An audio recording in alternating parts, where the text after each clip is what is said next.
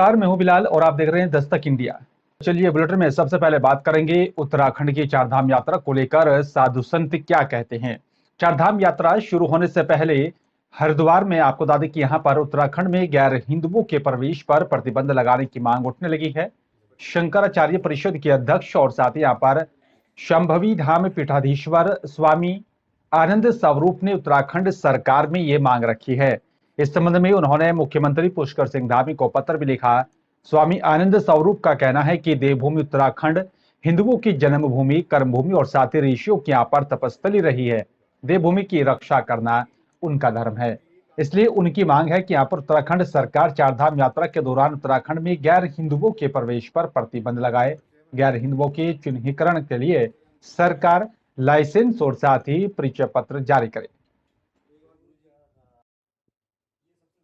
उत्तराखंड के मुख्यमंत्री पुष्कर सिंह धामी जी को पत्र लिखा है कि इस पे तत्काल लाइसेंस बने, प्रवेश पत्र बने और जिनके पास गैर हिंदुओं का प्रवेश हो, चाहे वो मुसलमान हो, यहूदी हो और जितने भी विदेशी धर्म वाले लोग हैं, उन सबको तत्काल प्रतिबंधित किया जाए।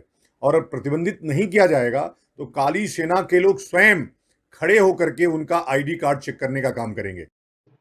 हरिद्वार पहुंची विजिलेंस की टीम ने ऊर्जा निगम के एसडीओ को 20,000 रुपए की रिश्वत लेते हुए रंगे हाथों गिरफ्तार किया है। विजिलेंस को यहां पर शिकायत मिली थी कि एसडीओ ने जगजीतपुर क्षेत्र में बिजली का नया कनेक्शन देने की एवज में एक व्यक्ति से 20,000 रुपए की मांग की है। पैसे नहीं देने पर एसडीओ लंबे समय से आवेदनकर्ता को चक्कर कटवा रहा था और पीड़ित की तरफ से विजिलेंस में यहाँ पर शिकायत दर्ज कराने के बाद टीम ने आरोपी एसडीओ को पकड़ने के लिए जाल बिछाया। जगजीतपुर क्षेत्र के सब स्टेशन पहुंचकर कार्रवाई करते हुए एसडीओ संदीप शर्मा को रंगे हाथों गिरफ्तार किया। दोपहर करीब 1 बजे पहुंची विजिलेंस की यहाँ पर टीम देर शाम करीब 9 बजे एसडीओ को अपने साथ लेकर देहरादून के लिए रवाना हो गई थी। लगभग 10 घंटे से उनसे पूछताछ हुई और मुझे लग रहा है कि इसमें कोई साजिश है, क्योंकि विजिलेंस अगर उनके खिलाफ कुछ उनके पास सबूत था तो वो सबूत तो चाहे वो 10 मिनट में हो, चाहे आधे घंटे में हो, चाहे 10 घंटे में हो, तो वो तो अगर कोई उनके अगेंस्ट कोई ठोस सबूत था तो वो आधे घंटे में उनके अगेंस्ट हो सकता था। साजिश इसलिए लग रही है ना, अगर वो मतलब उसमें पकड़े गए तो वो तो आधे घंटे में प्रूफ था। 10 घंटे में मान ले कोई आदमी अगर पैसा दे के पकड़ा जा रहा है तो वो तो आधे घंटे में 10 मिनट में प्रूव हो जाएगा। अगर 10 घंटे से हमारे उपखंड अधिकारी महोदय को बैठा के रखा, उनसे पूछताछ की जा रही, तो इसका मतलब हम क्या समझे? हमें तो लग रहा है कि इसमें साजिश है, हमारे अधिकारी को फंसाया जा रहा है। और हरिद्वार नगर निगम में यहां पर चोरों का आतंक लगातार जारी है। एमएनए सहित कई दफ्तरों पर धावा बोलकर चोरी की घटना को अंजाम दिया। चोर इन दफ्तरों के ताले तोड़कर कई यहां पर फाइल लेकर मौके से फरार हो गए। चोरों की यहां पर ये पूरी करतूत दफ्तर में लगे सीसीटीवी कैमरे में भी कैद हो गई। बड़ी बात यह है कि यहाँ पर निगम में बाकायदा नाइट शिफ्ट में यहाँ पर चौकीदार रहता है, लेकिन उसे भी चोरी की यहाँ पर भनक नहीं लगी। अब पुलिस ने मामले की जांच पड़ताल शुरू कर दी है। आपको बता दें कि यहाँ पर कोतवाली हरिद्वार क्षेत्र में नगर निगम हरिद्वार का कार्यालय स्थित है। जिस इलाके में यहाँ पर ये कार्यालय स्थित है उसमें कई आला अधिकारियों के आवास भी मौजूद है। इसके इलाके की सुरक्षा व्यवस्था को धत्ता बताकर अज्ञात चोरों ने आज तड़के 3 बजे के करीब नगर निगम में स्थित नगर आयुक्त, सहायक नगर आयुक्त सहित कुल 5 दफ्तरों के पहले तो यहाँ पर ताले तोड़े। उसके बाद दफ्तरों में घुसकर वहां पर रखी अलमारियों के ताले तोड़कर वहां की फाइलों को खंगाला। हरिद्वार नगर निगम की अधिकारियों के ऑफिस में यहाँ पर चोर के ये पहला घटना प्रतीत हो रहा है। आपको बता दें कि यहाँ पर चोर जो है अपने साथ कई फाइलें लेकर गए हैं। मैंने साहब ने मुझे सूचना दी थी फ़ोन से, तो मैंने तुरंत चौकी इंचार्ज को वहाँ पे भेजा। तो चौकी इंचार्ज ने अपने जो फिजिकल इंस्पेक्शन वहाँ पे है उस पर देखा कि वहाँ 2-3 ताले टूटे हैं और सीसीटीवी में ये बात कवर भी हो रही है कि कोई व्यक्ति वहाँ कुछ ढूंढने की फिराक से गया था। अभी तक की सूचना के अनुसार, तथ्यों के अनुसार कुछ विशेष चीज़ चोरी नहीं हुआ, तो ऐसा लगता है कि किसी फाइल या किसी पर्टिकुलर किसी एक विशेष चीज़ को ढूंढने के लिए वो व्यक्ति वहाँ गया था। बाकी सीसीटीवी में और सर्च कर रहे हैं, जो वहाँ के कर्मचारी, उनसे पूछताछ की जाएगी। और जैसा मुझे एमएनए साहब ने बताया कि वो एक चौकीदार भी रात को रखते हैं, तो इन सबसे पूछताछ के बाद चीज़ें क्लियर। और हरिद्वार में फर्जी प्रमाण पत्रों के बलबूते पूरे शिक्षा विभाग में नौकरी पाने वाले 11 शिक्षकों के खिलाफ एक बार फिर से बड़ी कार्रवाई की गई। उन सभी को सस्पेंड कर दिया गया। आपको बता दें कि यहाँ पर मुख्य शिक्षा अधिकारी शिव प्रसाद सेमवाल ने कहा है कि 11 शिक्षकों को सस्पेंड कर दिया गया। अब बाकी शिक्षकों को भी अभी जांच चल रही है।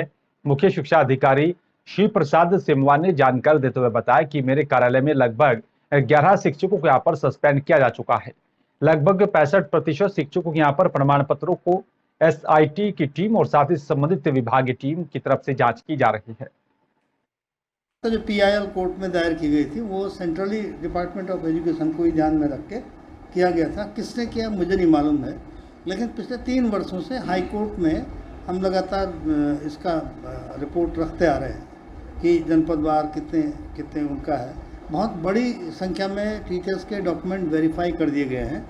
मेरा ख्याल है कि हरिद्वार जनपद के अंदर हमने जैसे मोर देन 60% टीचर्स के डॉक्यूमेंट हैं वो वेरीफाई कर दिए हैं। हमारी वेरिफिकेशन रिपोर्ट में वो लोग भी शामिल हैं जिनके खिलाफ शिकायत। लक्सर में महिला की मौत के मामले में संज्ञान लेते हुए मुख्य चिकित्सा अधिकारी के आदेश पर स्वास्थ्य विभाग ने लक्सर की अंबेडकर चैरिटेबल हॉस्पिटल पर शिकंजा कस दिया है। अस्पताल पर कार्रवाई करने के लिए यहां पर जिला प्रशिक्षण अधिकारी डॉक्टर विवेक तिवारी, लक्सर CHC प्रभारी डॉक्टर अनिल वर्मा और BPM आशीष कुमार की टीम गठित की गई। CMO की तरफ से गठित स्वास्थ्य टीम ने यहाँ पर पहले अस्पताल का निरीक्षण किया और अस्पताल के तमाम दस्तावेज भी कब्जे में लेने के बाद अस्पताल पर ताला डाल दिया गया। टीम में शामिल दोनों डॉक्टरों ने यहाँ पर बताया कि पिछले दिनों यहाँ पर अस्पताल में प्रसव के बाद एक जच्चा महिला की यहाँ पर मौत हो गई थी, जिसके लिए यहाँ पर एक कार्रवाई की गई है। मृतका थी, इसके बारे में हम लोग CMO साहब के निर्देशानुसार कि जा करके पूरी जांच का आख्या दीजिए और बताइए वहाँ क्या क्या हुआ है। मैं पहले भी गया था, अस्पताल बंद पाया गया था, लेकिन पुनः हम लोग दोबारा आज फिर एक टीम के माध्यम से हम लोग गए। वहाँ संचालक था, खुला हुआ हॉस्पिटल पाया गया, मेडिकल स्टोर अंदर था, कोई नहीं पाया गया और वहाँ पर सारी अव्यवस्थाएँ थी, डॉक्टर कोई नहीं पाया गया वहाँ पर। तो अभी CMO साहब के वार्ता के अनुसार हम लोगों ने उसको बंद कर दिया है और अभी कॉपी CMO साहब को DM सर को कर रहे हैं। दस्तावेज कब्जे में ले लिए? हाँ, दस्तावेज कब्जे में ले लिए। इसकी एक शिकायत आई थी कि कोई एक गर्भवती महिला यहाँ इलाज के लिए आई, उसकी मृत्यु हो गई।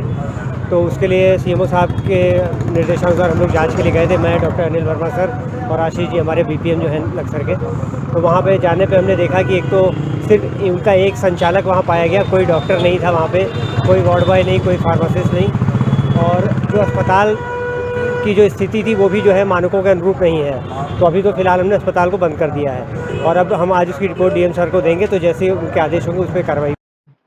और लक्सर में राष्ट्रीय ध्वज को टेबल से नीचे डालने के वायरल वीडियो को लेकर सैकड़ों लोगों ने खानपुर विधायक उमेश कुमार और साथ यहाँ पर उसके एक समर्थक हितेश धीमान के खिलाफ लक्सर में जुलूस निकालकर प्रदर्शन किया। दोनों के यहाँ पर पुतले भी फूंके गए। आपको बता दें कि यहाँ पर सोशल मीडिया पर एक वीडियो वायरल हो रहा है जिसमें यहाँ पर खानपुर विधायक उमेश कुमार कुर्सी पर बैठे और साथ ही उनके बराबर में बैठे उनके समर्थक हितेश धीमान टेबल पर रखे राष्ट्रीय ध्वज को टेबल से उठाकर नीचे डाल देते हैं। और इस वीडियो को यहाँ पर क्षेत्र के लोगों में यहाँ पर भारी आक्रोश है। लोगों की तरफ से इसी तिरंगे का यहाँ पर राष्ट्रीय ध्वज का अपमान बताया जा रहा है। यह है कि जो निंदनीय घटना हुई है तिरंगे को लेकर, तिरंगा हमारी आन बान शान है, देश की शान है, हमारा जज्बा है, हमारे जवानों की आन बान शान है, जिसको लेकर हम जो हमारे साथ ये घटना हुई है हितेश धीमान द्वारा और उमेश कुमार द्वारा, ये बर्दाश्त नहीं की जाएगी। और खानपुर की जनता ये जो मांग कर रही है कि यहाँ का, इस क्षेत्र का नहीं, इस देश का जो अपमान हुआ है इसके ऊपर कार्रवाई करे और इनको कड़ी से कड़ी सजा का ये भागी बने। ये थे आप लोग देख रहे हैं सोशल मीडिया पर एक वीडियो वायरल हो रहा है जिसमें हितेश धीमान और उमेश शर्मा द्वारा तिरंगे का अपमान किया जा रहा है। जो हमारे शहीदों की आन बान शान का प्रतीक है, इस देश का प्रतीक है, उसको उठा करके कूड़े के डब्बे में डाल दिया गया। ये बिल्कुल बर्दाश्त नहीं किया जाएगा। ऐसे विधायक को और ऐसे उनके साथ में जो साथी लगे हुए हैं उनको बिल्कुल बर्दाश्त नहीं किया जाएगा। लक्सर की जनता उनको मुंह तोड़ जवाब देगी और हम चाहते हैं कि सरकार उनका जो है विधायक का निरस्त करे और उनको कड़ी से कड़ी सजा दी जाए। और बिल्कुल मैं आपको स्पष्ट बता दूं कि उमेश कुमार और उनके साथी पत्रकार हितेश धीमान ने जिस प्रकार राष्ट्रीय ध्वज का अपमान किया है वो बिल्कुल बर्दाश्त नहीं किया जाएगा। कारण है उसका, उमेश कुमार खुद को वरिष्ठ पत्रकार बताते हैं और साथ में वो विधायक भी हैं। ऐसे में उनके पास डबल जिम्मेदारी है और ऐसा जिम्मेदार व्यक्ति अगर हमारे राष्ट्रीय ध्वज का अपमान करेगा तो हम पूरे उत्तराखंड की जनता इसे बिल्कुल स्वीकार नहीं करेगी। कल इस मामले में हमारे सहयोगियों द्वारा रिपोर्ट भी दर्ज की गई है और हम प्रशासन को चेतावनी देते हैं कि 1 हफ्ते का समय है, या तो संगीन धाराओं में मुकदमा दर्ज कर उन्हें गिरफ्तार किया जाए, अन्यथा हम महामहिम राज्यपाल के पास जाकर उनकी गिरफ्तारी के लिए अपना धरना करेंगे और सत्याग्रह करेंगे। चलिए बात करेंगे लाल कुआं की। आपको बता दें कि यहाँ पर लाल कुआं नगर में यहाँ पर व्यापार मंडल चुनाव की यहाँ पर डुगडुगी बच चुकी है और आपको बता दें कि इसी को लेकर लाल कुआं नगर के अंबेडकर पार्क में व्यापारियों की एक बैठक का आयोजन किया गया, जिसमें चुनाव की रूपरेखा तैयार कर यहाँ पर फैसला लिया गया कि चुनाव से पहले सदस्यता अभियान भी चलाया जाएगा, जो सदस्यता अभियान 18 अप्रैल से लेकर 30 अप्रैल तक चलेगा। आपको बता दें कि लाल कुआं में व्यापार मंडल चुनाव की तैयारियां तेज हो गई हैं और इसी को लेकर व्यापारियों की एक बैठक भी अंबेडकर पार्क में आयोजित की गई, जिसमें व्यापार मंडल चुनाव को लेकर मंथन हुआ है। बैठक में यहाँ पर वक्ताओं ने कहा कि व्यापार मंडल के चुनाव कराए जाएं और साथ ही दुकान दुकान जाकर व्यापारियों की यहाँ पर पंजीकरण और साथ ही वास्तविक दुकानदारों को यहाँ पर पहचान का यहाँ पर निर्णय लिया।